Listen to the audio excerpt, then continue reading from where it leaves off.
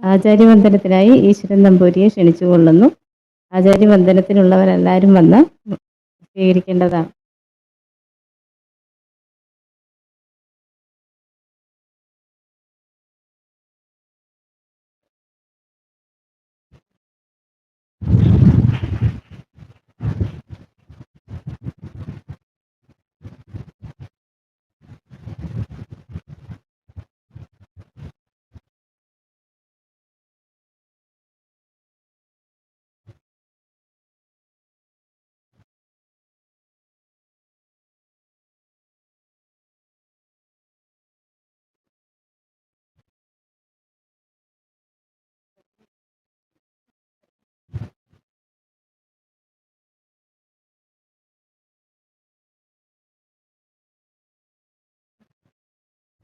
താമസിയാതെ ഭാഗവത മാഹാത്മ്യ പാരായണവും പ്രഭാഷണവും തുടങ്ങുന്നു. എല്ലാവരും ശ്രദ്ധയോടെ കേട്ട്. കൂടാതെ ഭക്ഷണം ഇവിടെ അറേഞ്ച് ചെയ്തിട്ടുണ്ട്, ആരും പോവരുത്. ഓം ശ്രീ മഹാദേവിയെ നമ.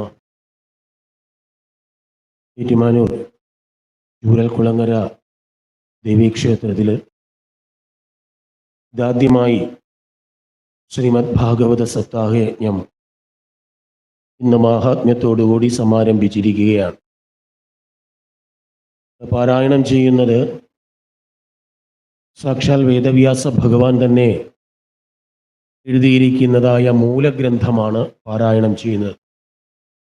കൂടുതൽ പരിചയം വെളിപ്പാട്ട് പ്രസ്ഥാനത്തിൽ എഴുത്തച്ഛനാൽ എഴുതപ്പെട്ട ശ്രീ മഹാഭാഗവതമാണ് പരിചിതം. എങ്കിലും ഇവിടെ 7 ദിവസങ്ങളിലായിട്ട് പാരായണം ചെയ്ത് സമർപ്പിക്കുന്നത് മൂലഗ്രന്ഥമാണ്. അതുകൊണ്ട് ഞാൻ അതിനെക്കുറിച്ചൊന്നും ഇപ്പോൾ പറയണില്ല. ഇപ്പോൾ തന്നെ സമയം 8 മണിയായിരിക്കുന്നത് കൊണ്ട് ഇത് ആദ്യമായി നടക്കുന്ന ഒരു യജ്ഞം കൂടിയാകുമ്പോൾ ആ ചടങ്ങെന്നുള്ള നിലയിൽ ഒരധ്യായമെങ്കിലും ഭാഗവത മാഹാത്മ്യത്തിലെ പാരായണം ചെയ്യണം. അത് ചെയ്തിട്ട് 6 അധ്യായങ്ങളാണ്. ഈ 6 അധ്യായങ്ങളും വായിച്ചു വരാനായിട്ട് 1.5 മണിക്കൂറോളാവും. അതൊന്നുമില്ല.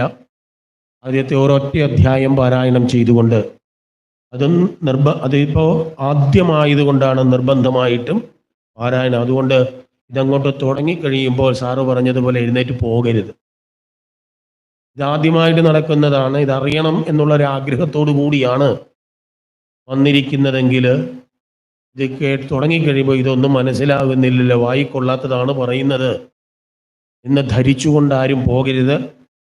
എന്നെ കൊണ്ടാകാവുന്ന രീതിയിൽ, ഇത്രയും മനസ്സിലാവുന്ന രീതിയിൽ ഞാൻ പറയാൻ ആ മാഹാത്മ്യത്തിലെ വിഷയങ്ങൾ ഒന്നാമത്തെ ആ അധ്യായത്തിലെയും പിന്നെ ആദ്യം പറയുന്ന മാഹാത്മ്യകഥയെന്നും വളരെ സംക്ഷിപ്തമായിട്ട് ചുരുക്കി പറഞ്ഞുകൊണ്ട് നമുക്ക് അതൊന്ന് വെക്കാം. എന്നിട്ട് നാളെ മുതൽ ആ ഭാഗവത ഗ്രന്ഥം എങ്ങനെയാണ് സപ്താഹയജ്ഞത്തിന് പങ്കെടുക്കേണ്ടുന്നത്, എപ്പോൾ മുതൽ എപ്പോൾ വരെയാണ്, എങ്ങനെയാണ് അതിൽ സംബന്ധിക്കേണ്ടുന്നത് എന്നുള്ളതൊക്കെ ഒന്ന് സൂചിപ്പിച്ചുകൊണ്ട് നമുക്ക് ഈ മാഹാത്മ്യം അങ്ങ് വളരെ വേഗം ചുരുക്കിയേ ഞാൻ പറയുന്നുള്ളൂ അങ്ങ് സമർപ്പിക്കാൻ. പ്രധാനം ഒരധ്യായം വായിക്കുക എന്നുള്ളതാണ്. അത് വായിച്ചിട്ട് ശേഷമായിരിക്കും പറയുന്നത് എന്നുകൂടി ഓർമ്മിപ്പിച്ചുകൊണ്ട് മാഹാത്മ്യ പാരായണം ആരംഭിക്കുകയാണ്.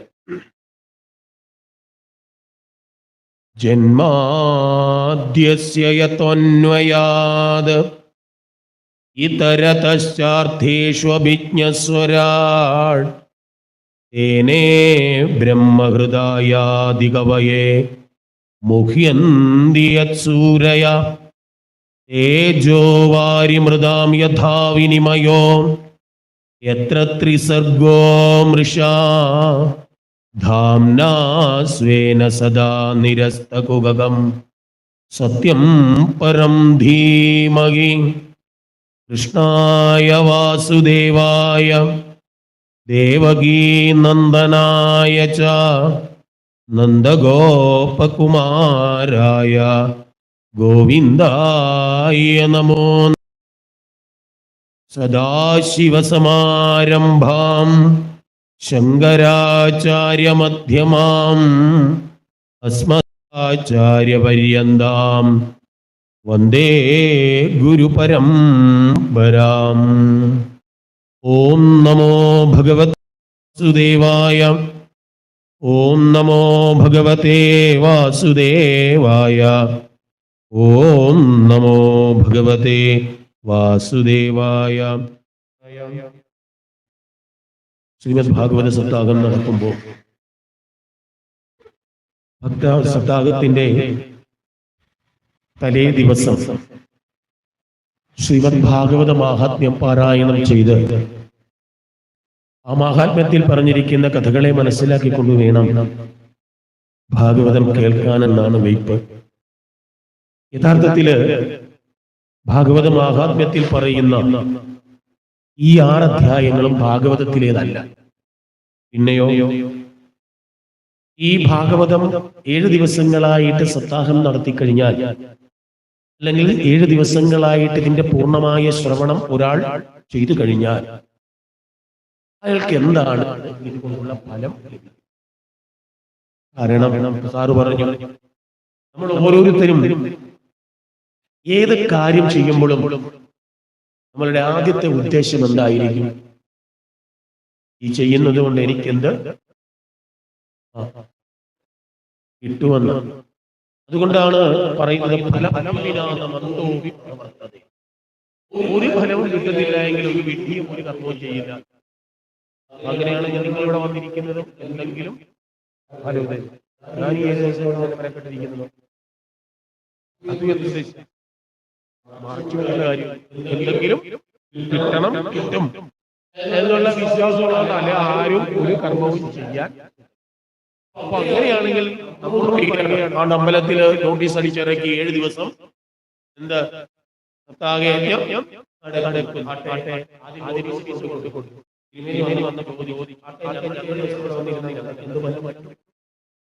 കാരണം അതുകൊണ്ടാണ് ഏത് കർമ്മം ചെയ്താലും ആദ്യം ഡിക്ലെയർ ചെയ്യുന്നത് എന്തായിരിക്കും? അതിന്റെ ഫലമാണ്. കഴിഞ്ഞ ഓണത്തിന് എല്ലാവരും ബമ്പർ ടിക്കറ്റ് എടുത്തായിരുന്നു. ബമ്പർ എടുത്തില്ലേ? ഓണം ബമ്പർ 500 രൂപ മുടക്കി എന്തെടുത്തു? ഒരു ബമ്പർ ടിക്കറ്റ് എടുത്തു. 500 രൂപയുടെ ബമ്പർ ടിക്കറ്റ് അടിച്ചിട്ട് പറയുക, ഞങ്ങൾ ഓണത്തിന് സർക്കാർ പുറത്തിറക്കി 500 രൂപയുടെ ടിക്കറ്റ് ഉണ്ടെങ്കിൽ നിങ്ങൾക്ക് എല്ലാവർക്കും സമ്മാനമുണ്ട് എന്ന് പറഞ്ഞാൽ ആരെങ്കിലും ടിക്കറ്റ് എടുക്കും? എടുക്കോ ഇല്ല. പിന്നെ എന്ത് കണ്ടോണ്ടാ എടുത്തത്? അതിലൊരു കാര്യം കൂടെ പ്രിന്റ് ചെയ്തിട്ടുണ്ടായിരുന്നു, 25 കോടിയും കാറും. ഫലം കണ്ടത് കൊണ്ടാണ് 500 രൂപ മുടക്കിയത് എങ്കിൽ ഏത് കർമ്മം ചെയ്യുമ്പോഴും ഓർത്തുകൊള്ളുക, ആര് ചെയ്താലും അതിന്റെ പിന്നിൽ നിന്നും എന്തെങ്കിലും ഫലം ആഗ്രഹിച്ചുകൊണ്ട് തന്നെ ആയിരിക്കും ആ കർമ്മം ചെയ്യുക. അങ്ങനെയാണെങ്കിൽ ഇന്ന് ചോദിക്കുകയാണ്, 7 ദിവസങ്ങളിലായിട്ട് ഭാഗവത സപ്താഹം കേട്ടുകഴിഞ്ഞാൽ അട്ടെ ഞങ്ങൾക്ക് എന്താണ് ഇതുകൊണ്ടുള്ള ഫലം കിട്ടുക? അതിനൊരു പ്രമാണം വേണം, തെളിവ് വേണം. അതിനു വേണ്ടിയിട്ട് പറഞ്ഞു, ഏത് ഇതിൽ പറഞ്ഞിരിക്കുന്ന തെളിവ് വെച്ചാൽ ആളുകൾ ഉൾക്കൊള്ളില്ല. അത് ഭാഗവതകാരൻ എഴുതിയതല്ലേ ബിബി. അതുകൊണ്ട് ഇതിനപ്പുറത്ത് വേറെ പുരാണത്തിൽ ഇത് കേട്ടാൽ ഇന്ന ഗുണമുണ്ട് എന്ന് പറഞ്ഞിട്ടുണ്ട് എന്ന് ആരെ അറിയിക്കണം? നമ്മളെ അറിയിക്കണം. അതുകൊണ്ടാണ് പത്മപുരാണത്തിലാണ് ഈ ഭാഗവതം 7 ദിവസം കേട്ടുകഴിഞ്ഞാൽ പ്രയോജനം എന്ത് എന്നുള്ളതിനെ പറ്റി എവിടെ പറഞ്ഞിരിക്കുന്നത്? പത്മപുരാണത്തിൽ പറഞ്ഞിട്ടുണ്ട്. ആ വിഷയങ്ങളെ തലേ ദിവസം ഇരുന്ന് കേൾക്കണം. അത് കേട്ട് കഴിയുമ്പോൾ എന്താവും? എനിക്കും ഈ ഫലമൊക്കെ ഉണ്ടാവണം എന്നുള്ളത് വരുമ്പോൾ നാളെ 6 മണി തൊട്ട് എവിടെ വന്നിരിക്കും? ഇവിടെ വന്നിരിക്കും. അല്ലാണ്ട് ആരും വരില്ല. അപ്പൊ ഇതെന്തിനെ പറഞ്ഞ? നിങ്ങളെ ഒന്ന് ഉണർത്താനാണ്, പ്രവോക്ക് ചെയ്യാനായിട്ടാണ്. ഏത്? ഈ ഭാഗം ഇന്നതൊക്കെ ഉണ്ട്, അങ്ങനെയാണെങ്കിൽ ശരിയാവുമോ എന്നൊന്ന് അറിയാം, എന്നെങ്കിലും വെച്ച് ഇതൊന്ന് വന്നൊന്ന് കേൾക്കട്ടെ. പക്ഷെ എന്താന്ന് ചോദിച്ചാൽ നമ്മുടെ ഏറ്റവും വലിയ സ്വഭാവം എന്താന്ന് ചോദിച്ചാൽ നമുക്ക് കാര്യം അറിയാനല്ല താല്പര്യം, ഫലത്തെ കുറിച്ചാണ്. അതുകൊണ്ട് വിഷ്ണു സഹസ്രനാമം പൂർണ്ണമായിട്ട് ചൊല്ലിയില്ലെങ്കിൽ ഫലശ്രുതി വായിക്കാൻ പറയും. എന്താ? അതൊരു സുഖമാണ്. ഏതാ? ഈ ഫലം കേൾക്കുന്നത് നമുക്കൊക്കെ പൊതുവെ ഒരു സുഖമാണ്. അതുകൊണ്ട് നമ്മൾ എപ്പോഴും വെച്ച് കീച്ചുന്നത് ഏതാ? ഫലശ്രുതി വായിക്കുമ്പോൾ എന്തോ ഒരു ആനന്ദമാ. അയ്യോ, ഫലശ്രുതി വായിക്കാനുള്ള അല്ല, ഇത് നമുക്ക് അറിയില്ല. ജപിക്കേണ്ടത് ഏതാ?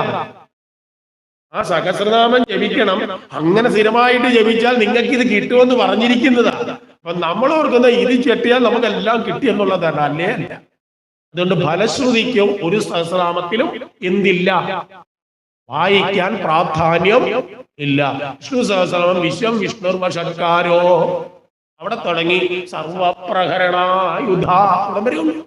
അതാ ജപിക്കേണ്ടത്. പക്ഷെ നമുക്ക് അതുകൊണ്ട് അങ്ങോട്ട് തൃപ്തിയാവില്ല. ഇതുകൂടെ കേൾക്കണം, ഫലവും കൂടെ. അതുകൊണ്ട് ഈ സപ്താഹം കേട്ട് കഴിയുമ്പോൾ ഈ ഇവിടെങ്ങും ഇല്ല. ഇവിടെ ഇപ്പൊ അങ്ങനെ ചോദിക്കത്തുമില്ല. കാരണം ആദ്യമായിട്ട് അങ്ങനെ ഒരു ധൈര്യവും ഈ തെക്കൻ സൈഡിലേക്ക് ഈ കൊല്ലം കരുതാപ്പള്ളി ഭാഗത്തൊക്കെ ധാരാളം സപ്താഹം ചെയ്യാൻ പോകുന്നത്. അത് കൂടുതൽ അവിടെ മൂലത്തിലേക്കായി കൂടുതലും നടക്കുന്ന കിളിപ്പാട്ടാണ്. അതിന് പോകുമ്പോൾ ഈ സപ്താഹം എല്ലാം കേട്ട് കഴിഞ്ഞ് 7-ാം ദിവസം ഇത് സമർപ്പിച്ച് കഴിയുമ്പോൾ കമ്മിറ്റിയിലെ പ്രസിഡന്റ് ഇങ്ങോട്ട് വന്നിട്ട് പറയും, സാറേ ഭാഗവതം പകുത്തൊന്ന് ഫലശ്രുതി പറയണേ. ഞാൻ പറയാറില്ല. അപ്പൊ പിന്നെ ഫലശ്രുതി പറയണമെന്ന് പറഞ്ഞാൽ പിന്നെ ഈ 7 ദിവസം നടത്തിയതിൽ യാതൊരു വിശ്വാസവും ഇല്ലെന്നില്ലേ. നന്മയ്ക്ക് വേണ്ടിയിട്ട് ഇത് ചെയ്തിട്ട് പിന്നെ ഇത് തുറന്നു നോക്കണോ? അപ്പോൾ ആ ഗതികേടിന് കേട്ടത് കംസനെ കൊന്നെന്നാ ഭാഗം കിട്ടിയതെങ്കിലോ. ആലോചിച്ച് നോക്ക്. നടത്തിയവർക്കും നടത്തിയ ഞങ്ങൾക്കും എന്തോരു സങ്കടം. ഇതിന്റെ വല്ല ആവശ്യമാണ്. അതുകൊണ്ട് ഫലത്തിനല്ല പ്രാധാന്യം. അപ്പോ ഇത് നമുക്കിവിടെ പറഞ്ഞു തരുന്ന എന്തിന്? ഇങ്ങനെ ചില കാര്യങ്ങൾ ഇത് കേട്ടാൽ നിങ്ങൾക്കുണ്ടാവും എന്നൊന്ന് നിങ്ങൾ അറിഞ്ഞു കഴിഞ്ഞാൽ തീർച്ചയായിട്ടും ഒരു ദിവസമെങ്കിലും ഇവിടെ വന്നൊന്ന് കേൾക്കാൻ മനസ്സ് കാണിക്കണം. ഇങ്ങനെ പറഞ്ഞതല്ലേ, എങ്കിലും ഒന്ന് കിട്ടിയാലോ എന്ന് വെച്ച്. പക്ഷേ കേൾക്കണമെങ്കിലും പറഞ്ഞതും ഇവിടെ പറയുന്നതും ഇതിനകത്തൊന്ന് വന്നിരിക്കണമെങ്കിലും സാറ് മുമ്പേ പറഞ്ഞത് ആ കാര്യം. സാർ ആ ശ്ലോകം ചൊല്ലിയില്ലെന്നേ ഉള്ളൂ, ഞാനാ പറഞ്ഞേക്കാം. ജന്മാന്തരേ ഭവേത് പുണ്യം അഥാ ഭാഗവതം ലഭേത്. ഇപ്പോഴത്തെ അല്ല, പൂർവജന്മങ്ങളിൽ എന്തെങ്കിലും ചെയ്തിട്ടുള്ള സൽക്കർമ്മത്തിന്റെ ഫലം നമ്മളിൽ ഉണ്ടെങ്കിൽ, അവശേഷിച്ചിട്ടുണ്ടെങ്കിൽ മാത്രമേ ഇതിനകത്ത് വന്നിരുന്ന് ഇതൊരു വരിയെങ്കിലും കേൾക്കാൻ പറ്റൂ. അല്ലാത്തവര് അതിലേക്കൂടെ നടന്നു. മനസ്സിലായോ? ഇവിടം വരെ വരാൻ പറ്റൂ. അതുകൊണ്ട് ഇപ്പൊ ഈ കസേര ഇരിക്കുന്നവരൊക്കെ എന്ത് ഗുണമുള്ളതെന്നാ പറഞ്ഞത്? പുണ്യം, പൂർവജന്മത്തിൽ എന്തൊക്കെയോ പുണ്യം ചെയ്തുകൊണ്ടാണ്. അതുകൊണ്ട് ഇനി വേറൊരു കുഴപ്പമുണ്ട്, ഇത് തുടങ്ങിക്കഴിഞ്ഞാൽ തീരാതെ പോകരുത്. ഇടയ്ക്ക് വെച്ച് പോയാൽ പുണ്യം എന്താവും? കുറയും. അതുകൊണ്ട് വന്നിരുന്നു പോയാൽ പിന്നെ എന്ത് ചെയ്യണം? ഉറങ്ങിക്കോ. സാറ് പറഞ്ഞല്ലോ ഉറങ്ങിക്കോ. ഞാൻ പറയുന്നത് ഈ 3 മണി കഴിഞ്ഞാൽ പിന്നെ ഈ അമ്മൂമ്മമാര് പറയും കിടന്ന ഉറക്കമില്ല. ശരിയല്ലേ? ആണോ അല്ലയോ? ഉറക്കം കുറവാന്ന് ഞാൻ നല്ല സാറ് പറഞ്ഞ പോലെ ഞാൻ പറയാം, നിങ്ങൾക്ക് ഉറക്കക്കുറവുള്ളവർക്ക് ഏറ്റവും നല്ല മാർഗം 10 മണിക്ക് ഇവിടെ വന്നിരുന്നാൽ മതി. ഇതുപോലെ ഉറങ്ങാൻ പറ്റുന്ന ഒരു വേദി. ശരിയല്ലേ? ഞാനതുകൊണ്ട് പറയും, നിങ്ങൾ ഇവിടെ വന്നിരുന്ന് ഉറങ്ങിക്കോ. ഇതുപോലെ ഉറങ്ങാൻ പറ്റും. കാരണം ഭാഗവതം കൂടി കേൾക്കാൻ തുടങ്ങിയാൽ പിന്നെ ഓടിയെത്തുക ആര്? ഉറക്കം. അതുകൊണ്ട് അങ്ങനെ ഒരു ഗുണമുണ്ട്. ഏതായാലും ആട്ടെ, അങ്ങനെയുള്ള ഈ ഭാഗവതം ആ മഹാത്മ്യം അങ്ങനെ പറയുകയാണ്. നമ്മൾ കേട്ടാൽ നമുക്ക് എന്ത് നേട്ടമുണ്ട് എന്നതിനെ പറ്റി പറയാം. ഇതിനിവിടെ ഒരു പ്രത്യേകതയുള്ളതെന്ന് പറഞ്ഞാൽ ഇതൊരു ഇത്തിരി കാതലായ കാര്യമാണ്. ഞാൻ എങ്ങോട്ട് പറയാറില്ല, എങ്കിലും ആദ്യം നടത്തുന്നതായിട്ട് ഇതൊന്നും പറഞ്ഞിട്ട് പോയില്ലെങ്കിൽ എനിക്കൊരു സമാധാനമില്ല. അതുകൊണ്ട് പറയാം, ഇവിടെ ഒരു സ്തുതിയോട് കൂടിയാണ് ആരംഭിക്കുന്നത്. എന്താണ്? സച്ചിദാനന്ദരൂപായ വിശ്വോൽപത്യാദിഹേതവേ താപത്രയ വിനാശായ ശ്രീകൃഷ്ണായ വയം. നമയാണോ നുമയാണ്? നമയല്ല, നുമയാണ്.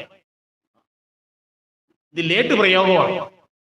നൗദീ നുദഹ എന്നൊക്കെ പറഞ്ഞ് ഒരു സംസ്കൃതത്തിൽ ലകാരങ്ങൾ എന്നാ പറഞ്ഞ കാലം എന്നാ പറയുക. ഇതില് ലട്ട ലിട്ട ലുട്ട ലിട്ട ലിംഗ ലിംഗ എന്നൊക്കെ പറഞ്ഞുണ്ട്. അതൊന്നും നിങ്ങൾ വിടുക. ഇതിൽ ലേട്ട് എന്ന് പറയുന്ന ഒരു കാലമുണ്ട്.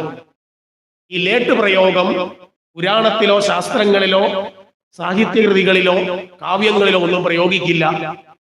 ലേട്ട് എപ്പോഴും പ്രയോഗിക്കുന്നത് വേദത്തിൽ മാത്രമാണ്. അതില് നൗദി എന്ന സ്തുതിക്കുന്നു എന്ന ക്രിയാപദത്തിന്റെ ലേട്ട് പ്രയോഗം ഉത്തമ പുരുഷ ബഹുവചനമാണ് നുമഹ, നമയല്ല. ആചാര്യന്മാരെല്ലാം നുമ പ്രിന്റിംഗ് മിസ്റ്റേക്ക് ആണെന്ന് പറഞ്ഞു വെച്ച് കീച്ചുന്നത് നമാന്ന. സംസ്കൃതം പഠിച്ചിട്ട് വേണം പഠിക്കാൻ പറയാൻ വരേണ്ടത്. അതായത് നുമാന്ന് തന്നെയാണ് പദം. അപ്പോ ആപ്ക്ക് നമാന്ന് വെച്ചാൽ പോരായിരുന്നോ? എന്തുകൊണ്ട് വ്യാസൻ നുമ വെച്ചു? ചിന്തിച്ചൂടെ? അതിനൊരു കാരണമുണ്ട്. കാരണം സംസ്കൃതത്തില് ഒരു ക്രിയാപദം അല്ലെങ്കിൽ നാമപദമായിക്കൊള്ളട്ടെ, വചനങ്ങൾ 3. ഏകവചനം. ബാക്കി എല്ലാ ഭാഷയ്ക്കും 2 വചനമേ ഉള്ളൂ, സിംഗുലർ ഓർ പ്ലൂറൽ. ഏകവചനം അല്ലെങ്കിൽ ബഹുവചനം. പക്ഷെ സംസ്കൃതത്തിൽ അങ്ങനല്ല. ഏകവചനമുണ്ട്, ദ്വിവചനമുണ്ട്, ബഹുവചനമുണ്ട്. അപ്പോ സംസ്കൃതത്തിലെ ബഹുവചനം ആകണമെങ്കിൽ 3 അതിൽ കൂടുതലോ ഉണ്ടെങ്കിൽ ബഹുവചനമാവും. ബാക്കി എല്ലാ ഭാഷയിലും 2 ഉണ്ടെങ്കിൽ ഏതാവും? ബഹുവചനമാവും. സംസ്കൃതത്തിലാവില്ല. അതുകൊണ്ട് 3 അതിൽ കൂടുതൽ ഉള്ളതിനെ ബഹുവചനമാക്കി. നോയിക്കോ, നീ ഇവിടെ പറയുന്ന വിഷയങ്ങൾ സച്ചിദാനന്ദരൂപായ. അപ്പൊ അതൊന്ന് വിരിച്ചാലോ? സത്ത്, ചിത്ത, ആനന്ദം. എത്ര ഉണ്ട്? 3. വിശ്വ ഉൽപ്പത്തിയാദിഹേതവേ. വിശ്വ ഉൽപ്പത്തിയാദികൾക്ക് കാരണക്കാരനായവന്ന. വിശ്വ ഉൽപ്പത്തി ആദി എന്ന് പറയുമ്പോൾ സൃഷ്ടി, സ്ഥിതി, ലയം. എത്രയായി? 3. അടുത്തതോ താപത്രയ വിനാശായ. അവിടെ 3. ഏതാ താപത്രയങ്ങൾ? ആദി ഭൗതികം, ആദി ലൗകികം, ആധ്യാത്മികം. ഇങ്ങനെ 3 തരത്തിലുള്ള ദുഃഖങ്ങളുണ്ട്. ഇതിനെയൊക്കെ ഇല്ലാതാക്കുന്ന ആർക്ക്? ശ്രീകൃഷ്ണായ വയം നുമാ. ശ്രീകൃഷ്ണനായിക്കൊണ്ട് ഞങ്ങളുടെ നമസ്കാരം. അപ്പൊ എന്താ ശ്രീകൃഷ്ണൻ? എങ്ങനെയുള്ള ശ്രീകൃഷ്ണൻ അവിടെ ഉപമിച്ചത്? വസുദേവരുടെയും ദേവകിയുടെയും പുത്രനാണെന്ന് പറഞ്ഞില്ല അവിടെ. പിന്നെയോ നിങ്ങൾ ഭാഗവതത്തിലൂടെ കാണാൻ പോകുന്നത്, കേൾക്കാൻ പോകുന്നത്, അറിയാൻ പോകുന്നത് കേവലം വസുദേവരുടെയോ ദേവകിയുടെയോ പുത്രനായിട്ട് അവതരിച്ച കൃഷ്ണനോ അല്ലെങ്കിൽ കംസനെ വധിച്ചവനോ മറ്റു ലീലകളാടിയവനോ ഒന്നുമല്ല. സൃഷ്ടിസ്ഥിതി ലയങ്ങൾക്ക് കാരണഭൂതനായിരിക്കുന്നവൻ ആരാണോ, സത്യചിത്ത ആനന്ദം എന്ന 3 തലത്തിൽ വ്യാപരിക്കുന്ന 3 ദുഃഖങ്ങളെയും ഇല്ലാതാക്കുന്ന പരബ്രഹ്മമായിരിക്കുന്ന പരമപുരുഷനായിട്ടുള്ള ആ ശ്രീകൃഷ്ണനായിക്കൊണ്ട് നമസ്കാരം എന്ന. അപ്പോൾ നമ്മൾ ഭാഗവതത്തിലൂടെ കാണാൻ പോകുന്ന ശ്രീകൃഷ്ണൻ നമ്മൾ അവിടെ തളച്ചിടരുത് എന്നർത്ഥം. എവിടെ? നമ്മുടെ കൃഷ്ണൻ എവിടം വരെയേ നമുക്കുള്ളൂ? ദ്വാരകാവാസിയായിരിക്കുന്ന കൃഷ്ണൻ വരെയാണ്. അതല്ല, അതിനപ്പുറത്തുള്ള ഒരു കൃഷ്ണനെ കുറിച്ചാണ് ഇവിടെ പറയാൻ പോകുന്നത് എന്ന് കാണിക്കുന്നതിന് വേണ്ടിയിട്ടാണ് സാധാരണ നമപ്രയോഗം വെച്ചാൽ മതി. പിന്നെ ഏത് പ്രയോഗം വെച്ചത്? നുമ എന്ന് പറഞ്ഞാൽ വേദങ്ങളിൽ പറയുന്ന നിർഗുണൻ, നിരാകാരൻ, നിർവിഘ്നൻ, നിരുപമൻ എന്ന 6 ഉപമകളിലൂടെ പരമാത്മ ചൈതന്യത്തിനെ കുറിച്ച്, പരമപുരുഷനെ കുറിച്ച് വേദങ്ങളിൽ പറഞ്ഞിരിക്കുന്ന സാക്ഷാൽ പരമപുരുഷനെ കുറിച്ചാണ് നമ്മളിവിടെ പറയാം. ആ പരമപുരുഷനാണ് ഇപ്പോൾ ആരായി ഇവിടെ വന്നിരിക്കുന്നത്? ശ്രീകൃഷ്ണനായിട്ട് വന്നിരിക്കുന്നത്. അത് ആദ്യം അറിയുക എന്ന് പറഞ്ഞുകൊണ്ടാണ്. ഇപ്പോ ഒറ്റ കാര്യം ഓർക്കുക, ഭാഗവതം അറിയാൻ പോകുന്നത് സകലതിനും കാരണഭൂതമായിരിക്കുന്ന ഈ പ്രപഞ്ചത്തിന്റെ സൃഷ്ടിസ്ഥിതി ലയങ്ങൾക്ക് കാരണക്കാരനായിരിക്കുന്ന സാക്ഷാൽ പരബ്രഹ്മ സ്വരൂപത്തെ പറ്റിയാണ് നമ്മൾ എവിടെ അറിയാൻ പോകുന്നത്? ഭാഗവതത്തിലൂടെ അറിയാൻ പോകുന്നത്. അതാണ് സാറ് പറഞ്ഞ തത്വം എന്ന് പറഞ്ഞില്ലേ? തത്വം. ആദ്യം കഥകൾ അറിയണം. കഥകൾക്കകത്തൊരു കഥ ഉണ്ട്. ഹരിനാമകീർത്തനം ചൊല്ലിയിട്ടുണ്ടോ? പഠിച്ചിട്ടുണ്ടോ? തത്വത്തിനുള്ളിൽ ഉദയം ചെയ്തിടുന്ന പൊരുൾ എത്തിയിടുവാൻ ഗുരുപദാന്തേ ഭജിപ്പവന് മുക്തിക്ക് തക്കൊരുപദേശം തരും. അന്ന് എന്ത് സംഭവിക്കുന്ന പറഞ്ഞത്? ജനനമറ്റീടുമന്നവന്. അന്നത്തെ കൊണ്ട് പരിപാടി തീർന്നു. ഇനിയും വണ്ടിയെ കയറണ്ടെന്നർത്ഥം. അപ്പൊ ഇതാണ് അറിയേണ്ടുന്നത്, ഇതിനുള്ളതാണ്. എന്നിട്ട് സാക്ഷാൽ ആ ശുഖബ്രഹ്മർഷി ഒന്ന് സ്തുതിക്കുകയാണ്. സാറ് ചൊല്ലിയ ശ്ലോകം തന്നെയാണ്. യം പ്രവ്രജന്തമനുവേദമപീതകൃത്യം ദ്വൈവായനോ വിരഹകാതരാജുഹാവ. തന്റെ ജനിച്ച ഉടനെ തന്നെ അപേതകൃത്യം ബ്രാഹ്മണരുടേതായിരിക്കുന്ന ഷോഡശ സംസ്കാരാദി കർമ്മങ്ങളെ എല്ലാം തന്നെ വേണ്ട എന്ന് വെച്ചിട്ട് ആ മകൻ എന്ത് ചെയ്തു? പിതാവിനെ വിട്ടു. അവിടെ നിന്നും പോയി. ഇത് കണ്ട് സഹിക്കാഞ്ഞിട്ട് ആ മകനെ വിളിച്ചുകൊണ്ട് പുത്രേതി, എങ്ങനെയാ വിളിച്ചത്? പുത്ര എന്നല്ല വിളിച്ചത്, പിന്നെ എങ്ങനെയാ? പുത്രേതി. എങ്ങനെയാ? രാമ എന്നാണോ വിളിക്കുക? അപ്പുറം ക്രിക്കറ്റ് കളിച്ചുകൊണ്ടിരിക്കുന്ന ചെറുക്കന് അമ്മ വീട്ടിൽ നിന്ന് വിളിക്കുന്നത് എങ്ങനെയാ? രാമ എന്ന് വിളിച്ച അവൻ വരുമോ? ഇല്ല. പിന്നെ എങ്ങനെ വിളിക്കണം? രാമാന്ന് വിളിക്കണം. ഇതിന് പറയുന്ന പ്ലുതം എന്നാണ്. അത് എപ്പോഴാ ഉപയോഗിക്കുക? വിളിക്കുമ്പോഴേ പ്ലുതസ്വരം, ഹ്രസ്വം, ദീർഘം, പ്ലുതം, ഇങ്ങനെ 3 പ്രയോഗമാണ് സംസ്കൃതത്തിൽ. ഞങ്ങൾ സംസ്കൃതം വ്യാകരണം പഠിച്ചപ്പോൾ എക്സാമ്പിൾ പഠിപ്പിച്ചത് കോഴി കൂവുന്നതാണ്. പൂവൻകോഴി കൂവുന്നത് പ്ലുതത്തിലാന്നാ പറയുന്നത്. എങ്ങനെയാ? കൊക്കര കൊക്കര. രാവിലെ അതെങ്ങനെ 5 മണിക്ക് എഴുന്നേറ്റാലേ ഇത് കേൾക്കാൻ പറ്റും. കൊക്കര കൊക്കര ഓന്നാ വിളിക്കുക. മനസ്സിലായോ? ഇത് പ്ലുതസ്വരമാന്നാ പറയാ. ഏതായാലും പുത്രേരി, മോനെ മോനെ എന്ന് വിളിച്ച് കാട്ടിലൂടെ മുഴുവൻ നടന്നു. അങ്ങനെ ആ മകനെ തേടി നടന്ന ആ എന്താണ് മുനിക്ക് സർവഭൂത ഹൃദയം, സകല ചരാചരങ്ങളെയും ഉള്ളിലിരിക്കുന്ന കാര്യങ്ങളെ അറിയാവുന്നവനായ വ്യാസമഹർഷിക്കായിക്കൊണ്ട് നമസ്കാരം. പിന്നീട് നൈമിശാരണ്യത്തെ കുറിച്ച് പറയുകയാണ്. അതൊക്കെ നാളെ വിസ്തരിച്ച് ഞാൻ പറയും. നമ്മളുടെ സകല പുരാണങ്ങളും പ്രാദുർഭവിച്ചത് നൈമിഷം എന്ന് പറയുന്ന ശ്രേഷ്ഠമായ സ്ഥലത്താണ്. നൈമിഷത്തിൽ കുറെ സന്യാസിമാരെന്തെങ്കിലും സത്രാദികൾ നടത്തും. അതൊക്കെ നാളെ വിസ്തരിച്ച് പറയും. അവിടെ ഇടസമയത്ത് സൂതൻ എന്ന് പറയുന്ന ഒരാൾ അവിടെ കയറി വരും. ആ സൂതനോട് ചില കാര്യങ്ങൾ അവിടെ കൂടിയിരിക്കുന്ന മഹർഷിമാർ ചോദിക്കും. ആ ചോദ്യങ്ങൾക്കനുസരിച്ച് സൂതൻ ഉത്തരം പറയുമ്പോൾ ഒരു പുരാണത്തിന്റെ ആഖ്യാനം അവിടെ നടക്കും. മറ്റൊന്ന്, ഏത് പുരാണങ്ങൾ എഴുതിയാലും ഇവിടെ നമ്മൾ വ്യാസനെയാണ് പുരാണകർത്താവായിട്ട് വെച്ചിരിക്കുന്നത്. വ്യാസൻ എന്ന് പറയുന്നത് ഒരു പോസ്റ്റാ. മനസ്സിലായോ? വ്യാസന്മാർ പലതുണ്ട്. ഓരോ ചതുർയുഗത്തിന്റെയും ദ്വാപരയുഗത്തിന്റെ അവസാനത്തിൽ ഓരോരോ വ്യാസന്മാർ അവതരിക്കുമെന്ന ആ കൂട്ടത്തിൽ കൃഷ്ണദ്വൈവായനൻ എന്ന് പറയുന്ന രാസരന്റെയും സത്യവതിയുടെയും പുത്രനായി അവതരിച്ച കൃഷ്ണദ്വൈവായനനാണ് ഏതെഴുതിയത്?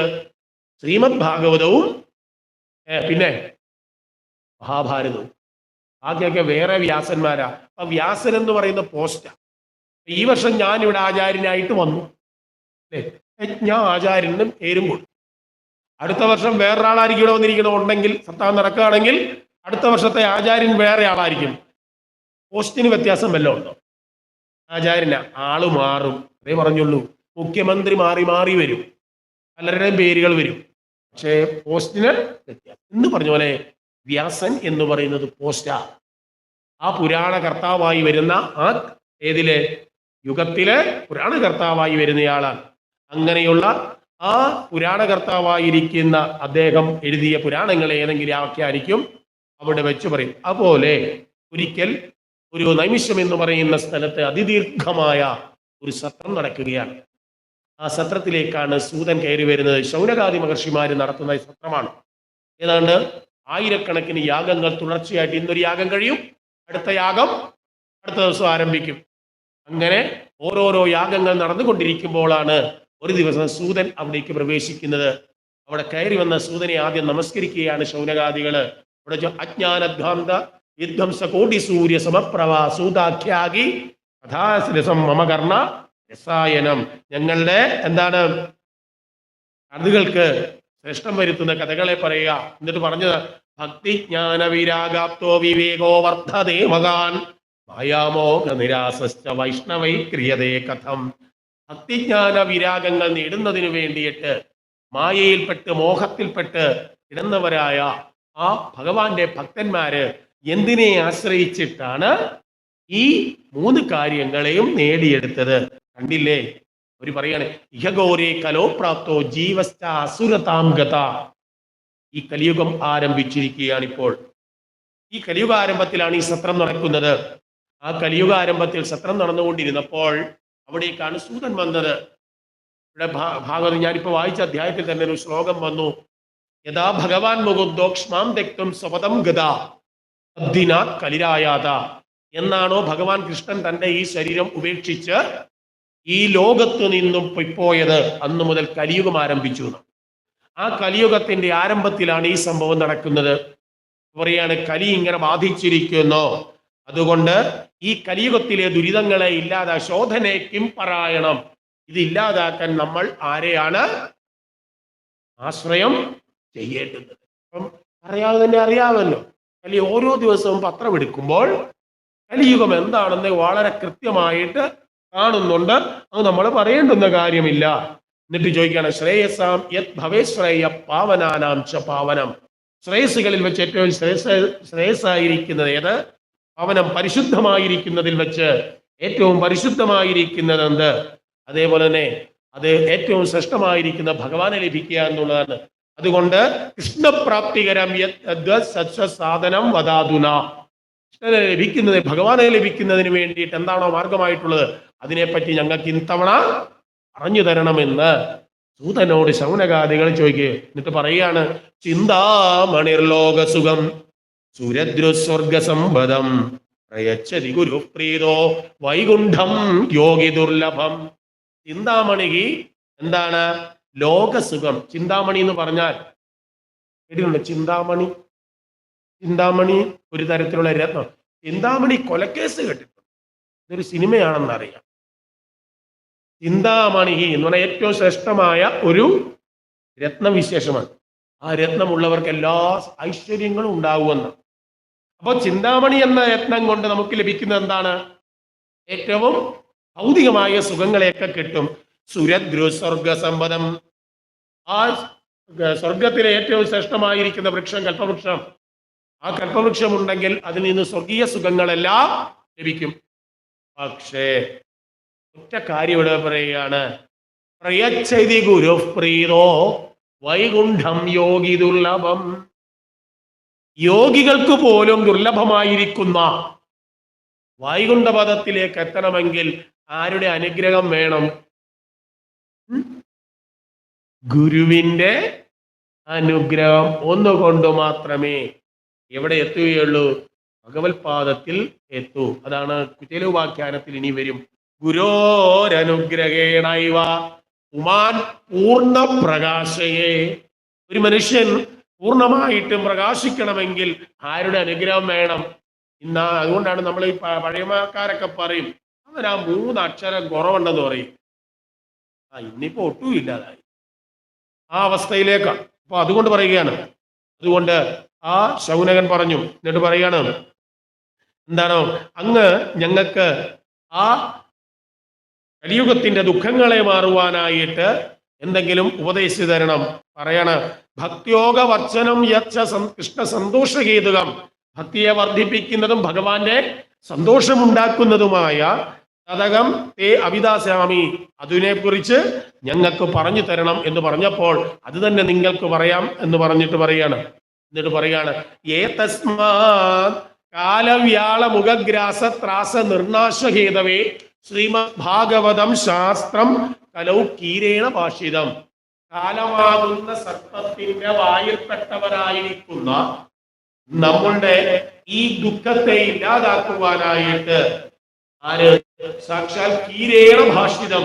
കീരഹ എന്ന് പറഞ്ഞാൽ ശിവബ്രഹ്മർഷിയാൽ പറയപ്പെട്ടതായ ശ്രേഷ്ഠമായ പുരാണമാണ് ഏത്? ഈ ഭാഗവതം. എന്നിട്ട് പറയാൻ, ഏതസ്മാദവരം കിഞ്ചിത് മനഃശുദ്ധീന വിദ്യതേ. ഇതിനേക്കാൾ ആർക്കും പറഞ്ഞില്ലേ, മനഃശുദ്ധിക്ക് പ്രയോജനപ്പെടുന്ന ഒന്നും വേറെ ചന്ദനമഴയും പ്രയോജനപ്പെടത്തില്ല. കാരണം 7 മണി കഴിഞ്ഞാൽ ഓടുന്ന എന്തിനാ? ചന്ദനമഴ കാണാനോ അല്ലെങ്കിൽ പിന്നെന്താണ്? ഒത്തിരി ഇല്ലേ ഇതൊക്കെ വേരുകൾ കാണാറില്ല.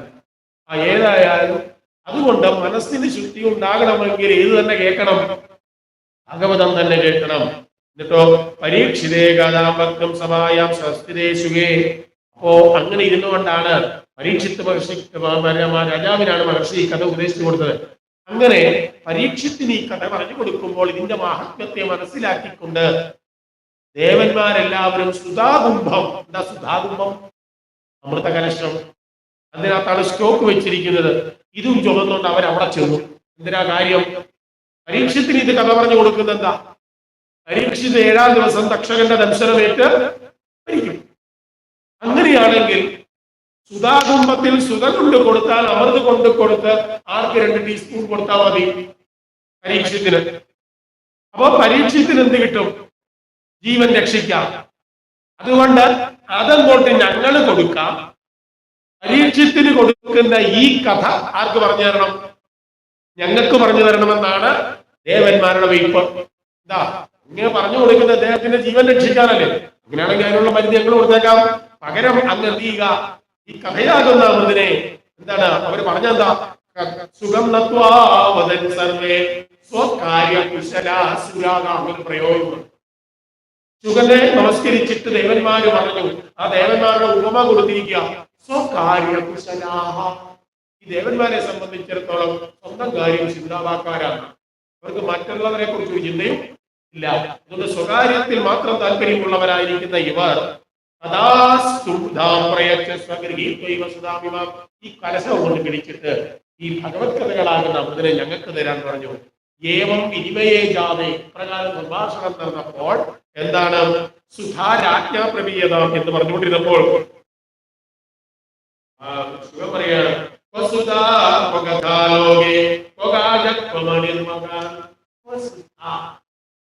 അവിടെ കിടക്കുന്നു. കലകൾ എവിടെ കിടക്കുന്നു? കടലിൽ കടലാടി പോലെയാണ്. ഇല്ല. അതേപോലെ പിന്നെന്താണ്? കാജക്കോമണിയുമാകാൻ രത്നങ്ങൾ എവിടെ കിടക്കുന്നുണ്ടോ അത് മനസ്സിലാക്കി ബ്രഹ്മർഷി പ്രകാരം ബ്രഹ്മർഷി തിരിച്ചുകൊണ്ട് ദേവന്മാരോട് പറഞ്ഞു. എന്താണ്? എന്താ പറഞ്ഞത്? എന്തുകൊണ്ട് ദേവന്മാർ കൊടുത്തില്ല? ദേവന്മാർ ആരല്ല? ഭക്തന്മാരല്ല എന്നാ പറഞ്ഞത്. എന്താണ്? അദ്ദേഹം കൊടുത്തില്ല എന്നാണ് പറഞ്ഞത്. പിന്നെയോ ശ്രീമദ് ഭാഗവതി വാർത്ത എന്ന് പറയുന്നത് ശ്രീമദ് ഭാഗവതി വാർത്ത പുരാണാമതിയുള്ള ഭാഗമാണ്. ദേവന്മാർക്ക് പോലും കേൾക്കാൻ ഭാഗ്യമില്ലാത്തതാണ് ഏത്? ഭാഗവത കഥ. ഭാഗവത കഥ കേട്ടില്ലെങ്കിൽ നമ്മൾ വേദിക്കപ്പെടും. ഭാഗ്യമില്ലാത്തവരുടെ അപ്പൊ അതുകൊണ്ട് ഞാൻ പറഞ്ഞത് പറയുന്നതിനിടയ്ക്ക് എഴുന്നേറ്റ് അതെന്തെങ്കിലും ചാക്കാത്ത കാര്യങ്ങളൊക്കെ വന്ന് വീഴുകയും. അതുകൊണ്ട് ആദ്യം ഉള്ളവർക്ക് മാത്രമേ കേൾക്കാൻ വേണ്ടിയുള്ളൂ. ഏതായാലും അതുകൊണ്ട് അങ്ങനെ ഈ പരീക്ഷയ്ക്ക് കൊടുത്തു. അങ്ങനെ കഥകൾ കേട്ട് കഴിഞ്ഞപ്പോൾ അവിടെ കൂടിയിട്ട് ദേവകളെല്ലാം കണ്ടു. എന്താ കണ്ടത്? രാജ്ഞോ മോക്ഷം കഥാവീക്ഷ്യ. ഈ ഭഗവത് കഥകളൊക്കെ കേട്ട് കഴിയുമ്പോൾ പരീക്ഷിച്ച് മഹാരാജാവ് ഉയർന്നുയർന്നു പോകുന്നു. എങ്ങോട്ട്? മോക്ഷപദവിയിലേക്ക് പോകുന്നത് കണ്ടിട്ട് എന്താ പുരാധാതാപി നിസ്പിത എന്നാണ്. പക്ഷെ ബ്രഹ്മദേവൻ പോലും അത്ഭുതപ്പെട്ടു പോയി. 7 ദിവസത്തെ ഭഗവത് കഥകളെ കേട്ട് കഴിഞ്ഞപ്പോൾ ആർക്ക് മോക്ഷം കിട്ടിയപ്പോൾ? പരീക്ഷത്തിന് കിട്ടിക്കഴിയപ്പോൾ. അതുകൊണ്ട് ഈ ബ്രഹ്മദേവന്റെ കാര്യം ഇതിനാണെങ്കിൽ എന്താ പ്രയോജനം, അല്ലെങ്കിൽ എന്താ ഇതിന്റെ ഗുണം, ഇതൊന്നും അറിയാനായിട്ട് നേരെ സത്യലോകത്ത് തന്റെ ലോകത്തേക്ക് ചെന്നിട്ട് വലിയൊരു ത്രാസ് ഉണ്ട്. ഈ ത്രാസ് ഉണ്ടാക്കിയിട്ട് ഒരു ത്രാസിൽ ഭാഗം എടുത്തു വെച്ചു, മറ്റേ ത്രാസിൽ ആദ്യം വേദങ്ങൾ വെച്ചു. അപ്പോൾ ഏത് താഴ്ന്നു കിടക്കുക? ഭാഗവതമാണ്. സകല പുരാണങ്ങളും വെച്ചു, ആരണ്യകങ്ങൾ വെച്ചു, ബ്രാഹ്മണങ്ങൾ വെച്ചു, ഉപനിഷത്തുക്കൾ വെച്ചു. ഇനി ഇവിടെ എന്തെല്ലാം ഉണ്ടോ? ഗീതയുണ്ട്, സകലതുണ്ട്. ഇതെല്ലാം അപ്പുറത്തെ തട്ടിൽ വെച്ചിട്ടോ ഏതിന്റെ തട്ട് താന്നു തന്നെ കിടന്നു? ഭാഗവതത്തിന്റെ തട്ട് താങ്ങി, മറ്റേ തട്ടിലും അനങ്ങിയില്ല. അതിന്റെ അർത്ഥം എന്താ? ഭാഗവതത്തിന് പേര് കൂടുതലായിരുന്നോ മറ്റേതിനൊക്കെ പേര് കുറവാണ്? ആണോ? അല്ല, ഇതിനായിരുന്നു ഗരിമ, ഗുരുത്വം. കാരണം ഈ സകല ശാസ്ത്രങ്ങളും സകല പുരാണങ്ങളും വേദങ്ങളുമായിട്ടുണ്ട്. ഇപ്പൊ പറഞ്ഞില്ലേ നിഗമകൽപ്പതനോ ഗണിതം ഫലം. നിഗമകൽപ്പതനോ ഗണിതം ഫലം. എന്തുകൊണ്ട് ഇത് തട്ട് പൊങ്ങിയില്ല? വേദപ്പുറ വെച്ചിട്ടും. അതുകൊണ്ടാണ് പറയുന്നത് ഫലമാണ്. ഒരു മാവിന്റെ ശ്രേഷ്ഠത വിധിക്കുന്നത് മാവിന്റെ തലയിലല്ല, പിന്നെ ഏതല്ല? ഫലത്തില. ആ ഫലമാണിത്. അതുകൊണ്ട് ഇതൊന്നും ഏതില. അതുകൊണ്ടാണ് ഈ ഭാഗവതത്തിന്റെ പേര് തന്നെ എന്താണ്? ബ്രഹ്മ എന്നാ പറയും. കാരണം ബ്രഹ്മതത്വത്തിന് തുല്യമാണ് ഏത്? അതിന് തുല്യമായിട്ടില്ല. ഏതായാലും അവരൊക്കെ അത് നോക്കിയിട്ടും നടന്നില്ല. അതുകൊണ്ട് പറയാണ് മേനിലെ ഭഗവത് രൂപം ശാസ്ത്രം ഭാഗവതം ഫലവും. ഓർത്തോടുക, കലിയുഗത്തിൽ നിങ്ങൾക്ക് ഭഗവാൻ കൃഷ്ണനെ ഒന്ന് കാണണം, ഭഗവാന്റെ സ്ഥൂല രൂപം കാണണം. ഫ്ലെക്സിൽ കാണണ്ട എന്നാ പറഞ്ഞത്, വിഗ്രഹത്തിലും കാണണ്ട, നിങ്ങൾ ഏതെടുത്ത് വെച്ചാ മതി. അതാണ് പറഞ്ഞത് മേനിലെ ഭഗവത് രൂപം. എന്താണ്? ശാസ്ത്രം ഭാഗവതം കലവും. കലിയുഗത്തിലെ ഭഗവാന്റെ സ്ഥൂല രൂപമാണ് ഏത്? ഈ ഭാഗവതം. അതുകൊണ്ട് പഠന ശ്രവണാദി സത്യോ വൈകുണ്ഠ ഫലദായകം. പഠിക്കുക, വായിക്കുന്നത് കൊണ്ടോ ശ്രവിച്ചാലോ അപ്പോൾ തന്നെ എവിടെ എത്തും? വൈകുണ്ഠം. അതുകൊണ്ടാണ് ശ്രീമദ് ഭാഗവതാഖ്യോയം ശ്രീമദ് ഭാഗവതാഖ്യോയം പ്രത്യക്ഷ കൃഷ്ണ ഏവകി ശ്രീകൃതോസ്തി മയാ നാഥ മുക്ത്യർത്ഥം ഭവസാഗരേ. ഇത് കലിയുഗത്തിലെ ഭഗവാന്റെ രൂപമാണ്, ഒരു ഗ്രന്ഥമല്ല. ആ ഭഗവാന്റെ രൂപങ്ങളെ നമുക്ക് പല രൂപത്തിലും ഉണ്ടാക്കാം, വരച്ചുണ്ടാക്കാം, മെനഞ്ഞുണ്ടാക്കാം, അല്ലെങ്കിൽ എന്തെങ്കിലും സിമന്റ് കൊണ്ടൊക്കെ ഉണ്ടാക്കാം. അതേപോലെ വാക്കുകൾ കൊണ്ട് എഴുതിയ ഭഗവാന്റെ രൂപമാണ് ഏത്? അങ്ങനെയുള്ള ആ ഭാഗവതത്തെ കേൾക്കുക. അതുകൊണ്ട് ഈ ഭാഗവതം പറ്റി എങ്ങനെ കേൾക്കണം? എന്താണ് ഇവിടെ പറയുന്നത്? എന്താ? വീട്ടിലിരുന്ന് വായിക്കാം, എവിടെ വേണമെങ്കിലും ഇരുന്ന്. പക്ഷേ ഇതിനേക്കാളൊക്കെ ഏറ്റവും നല്ലത് 7 ദിവസം നിഷ്ഠയോടുകൂടി ഒരു ക്രമത്തിൽ ഇരുന്ന് കേൾക്കുന്നത് തന്നെയാണ്. എത്ര ദിവസം? സപ്താഹമായിട്ടിരുന്ന് കേൾക്കുന്നതാണ് ഏറ്റവും ശ്രേഷ്ഠമായിരിക്കുന്നത്. അതുകൊണ്ട് ഇവിടെ പറയുന്നില്ല അതാത് ദിവസം, ഇവിടെ പറയുന്നില്ല ഭാഗവതം നിങ്ങൾ ഇന്ന സമയത്തെ വായിക്കാവൂ എന്ന് പറഞ്ഞിട്ടില്ല. നമ്മുടെ നാട്ടിലൊക്കെ പറഞ്ഞിരിക്കുന്നത് 6 മണി കഴിഞ്ഞാൽ പിന്നെ വായിക്കാൻ പറ്റില്ല. ഇത് വിഡിത്വ. നിങ്ങൾക്ക് എപ്പ വേണമെങ്കിലും ഭഗവാൻ കാര്യങ്ങളെ ഏത് സമയത്തും 12 മണിക്കാ പണി ജോലിയും കഴിഞ്ഞ് വീട്ടിൽ വന്നത്, എന്നും 2 അധ്യായം വായിക്കുന്ന ശീലം വായിച്ചു. മൃദുവായ വെണ്ണിനും പഠിച്ചിട്ടുണ്ട്, തലയൊക്കെ നരച്ചില്ലേ, ഇതൊക്കെ വായിച്ചു തുടങ്ങണം.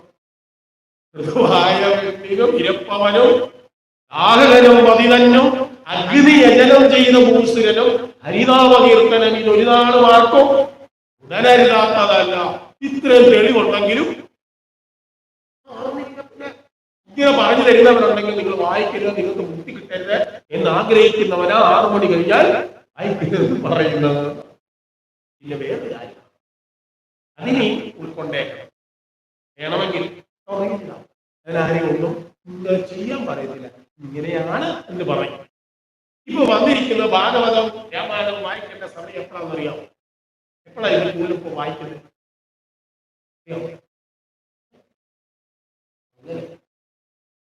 ഒരാള് വീട്ടിൽ മരിച്ചു കഴിഞ്ഞാൽ അപ്പ് വിളക്കം കത്തിച്ചു വെച്ചിരുന്നു, ഒരാള് അവിടെ ഇരുന്ന് കീച്ചിക്കൊണ്ടിരിക്കുന്നു. രാമായണം അല്ലെങ്കിൽ അന്നേരം വായിക്കാനുള്ളതാണോ ഇത്? എന്തൊരു വിഡ്ഢിത്തമായി കാണിക്കണേ. ഇപ്പൊ പിന്നെ കുറഞ്ഞിട്ടുണ്ട്, മൊബൈൽ റെക്കോർഡ് ദയവ് ചെയ്ത് കത്ത് കിടക്കുന്ന പുലയുള്ള വീട്ടിൽ എടുത്ത് തുറന്നു വെച്ച് വായിക്കാനുള്ളതല്ല. ഏത് പുല വന്നാൽ സത്താത്തിനും ക്യാൻസൽ ചെയ്യും. പക്ഷേ ആ യജ്ഞാചാര്യന്റെ വീട്ടിൽ ഇത് വായിക്കും. പറഞ്ഞ മനസ്സിലായി? അമ്പരവിഡിതമാണ്. ആ വീട്ടിൽ വായിക്കാനുള്ളത് ഇതല്ല, അവിടെ തുറക്കാൻ പോലും. ഇനിയിപ്പോ ഞാൻ പറഞ്ഞ പോലെ പെൻഡ്രൈവ് ആയത് ആർക്കും ദുരിതമില്ല. ഇതാ യഥാർത്ഥത്തിൽ ഈ ഭാഗവതം ഈ മരിക്കുന്ന വീട്ടിൽ അന്നേരം വായിക്കാനുള്ളതാണോ? അല്ല. ഈ പാവം പിടിച്ച മനുഷ്യൻ മരിക്കുന്നതിന് തൊട്ടു മുമ്പ് ഇതൊന്നും അങ്ങനെ കേൾപ്പിക്കാനാണ്. അങ്ങനെയും ഇങ്ങനൊന്ന് ജീവിച്ചിരുന്നപ്പോ ഏതാ ഇനി വരും അർഹത അജാതന്നെ ഒന്നോ വായിച്ചില്ല, കേട്ടില്ല, ഇത് മനസ്സിലാക്കില്ല. എന്നാ ഈ സമയത്തെങ്കിലും ഈ കാതിലൂടെ ഇതൊന്ന് കേട്ടിട്ട് മുക്തി കിട്ടാനായിട്ട് ഇത് വായിക്കുന്നത്. ഈ ചാത്ത് കിടന്ന് അങ്ങനെ പോയി കഴിഞ്ഞപ്പോഴാണ് ഇത് പഞ്ചായത്തിന് വരുന്നവരെ കേൾപ്പിക്കുക. എന്ത് പറയും? അതുകൊണ്ട് ഭാഗവതം എപ്പോഴും വായിക്കാം, പക്ഷേ മരിച്ചു കിടക്കുന്നിടത്ത് വായിക്കാൻ ഉള്ളത് അല്ല. ഇനി അതിനെ എതിർത്താലും സ്വീകരിക്കാനും ഞാൻ ഇതിൽ നിന്ന് മാറത്തുമില്ല, അങ്ങനെ തന്നെ പറയുന്നു. അത് ഏതുകൊണ്ട് അതുകൊണ്ട് ഇത് 7 ദിവസം ഇരുന്ന് കേൾക്കണം. അതാണ് ഏറ്റവും ശ്രേഷ്ഠത. അത് 7 ദിവസം കേൾക്കണമെങ്കിൽ ഇതിനൊരു ചിട്ടവട്ടങ്ങൾ ഉണ്ടാക്കിയിട്ടുണ്ട്. അത് ആരാണ്? ഇത് സാക്ഷാൽ സനകാദി മഹർഷിമാരാണ്. ആ ചിട്ടവട്ടങ്ങൾ പറഞ്ഞു കൊടുത്തത് നാരദർക്കാണ് എന്ന് പറഞ്ഞു കൊടുത്തപ്പോൾ സനകാദികള് ചോദിച്ചു, എന്താണ് ഇതിന്റെ ചിട്ടവട്ടങ്ങൾ എങ്ങനെയാണ് നാരദർക്ക് പറഞ്ഞു കൊടുത്തത് എന്ന് നിങ്ങൾ ചോദിച്ചു. ചോദ്യം അങ്ങനെ നിൽക്കട്ടെ, നാളെ രാവിലെ വേണമെങ്കിൽ തുടർന്നുള്ളത് പറയാം. കാരണം എല്ലാവരും വായിച്ചാൽ നോക്കാൻ തുടങ്ങി. അതുകൊണ്ട് ഞാനും നോക്കി. നമുക്കറിയാമല്ലോ, ഈ മുഖത്തിൽ നിന്ന് അറിയാം. അതുകൊണ്ടല്ല, സമയം 9 മണിയാണ്. ഞാൻ കാണിക്കുന്ന അക്രമമാവും. നാളെ തീർച്ചയായിട്ടും ആത്മകഥ ഞാൻ പറഞ്ഞിട്ട് പിന്നെ ആദ്യമായിട്ടായിരുന്നു പറയുകയാണ്. നാളെ മുതൽ കൃത്യം 6:15 മണിക്ക് ഇവിടെ 2-3 സ്തോത്രങ്ങളുമായി. അത് കഴിഞ്ഞാൽ കൃത്യം 6:30 മണിക്ക് വിഷ്ണു സഹസ്രനാമം ജപിക്കും. ഇത് ആരാ ജപിക്കേണ്ടുന്നത്? ഞങ്ങളെ. ഇത് ആർക്ക് വേണ്ടിയിട്ടാണ് നടക്കുന്നത്? ഞാനിപ്പോ ഇവിടെ അല്ലെങ്കിൽ വേറെ സ്ഥലത്ത് എന്നാൽ ഞാൻ ചോദിക്കും. അപ്പൊ ഈ ക്ഷേത്രവുമായി ബന്ധപ്പെട്ട് നിൽക്കുന്ന,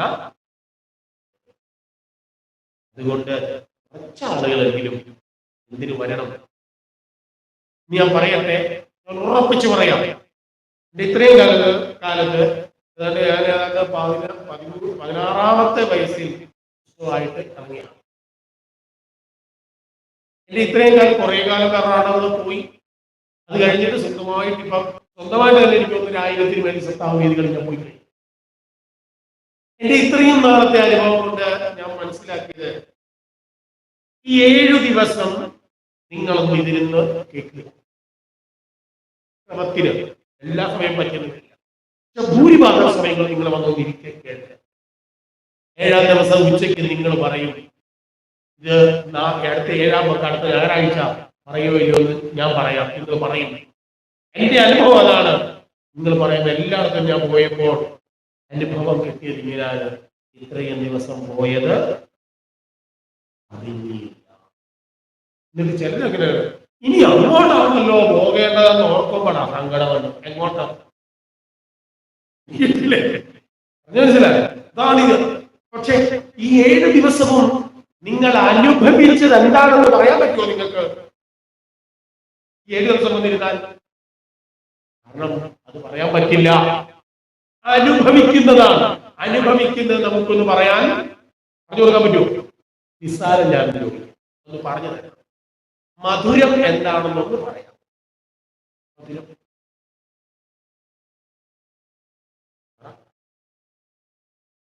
നാവിൽ കൂട്ടുന്നു, സ്വാദ് കൂടുന്നു. ഇതൊരു സ്വാദല്ലേ? അവർക്ക് എരിയോ? എന്റെ ചോദ്യം അതല്ല. മധുരം എന്താണ്?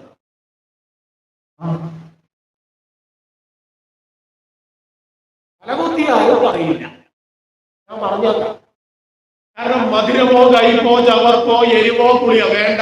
സുഖം എന്താണെന്ന് പറയാം. ഞാൻ ഇന്നലെ അങ്ങോട്ട് അത് കണ്ടപ്പോൾ ആട്ടെ, ആ സുഖം എന്താ? അതുകൊണ്ടാണ് പറയുന്നത് വാചോ നിവർത്തന്റെ അപ്രാപ്യ മനഃശാസ്ത്രക. വാക്കുകൾ കൊണ്ട് നമുക്ക് പറയാൻ പറ്റില്ല. പിന്നെ ഇതെങ്ങനെ അറിഞ്ഞത്? അനുഭവിച്ചു. അപ്പോ 7-ാം പക്കം നമ്മൾ പറയുന്നത് എന്താ? അത് നമുക്ക് പറഞ്ഞു കൊടുക്കാൻ. പക്ഷേ ഞാൻ അനുഭവിച്ചത് സുഖമാണ്. ഇത് പറയാൻ ഇടയാകണമെങ്കിൽ എന്ത് വേണം? കൃത്യമായിട്ട് ഒരാളെയാവുമ്പോ പിന്നെ സിനിമാ തിയേറ്ററിലേക്ക് പോകുമ്പോൾ കഴിയും വിഷയമായിട്ട് പോകുക. അതുപോലെ ആവരുത്. എവിടെ വരുന്നത്?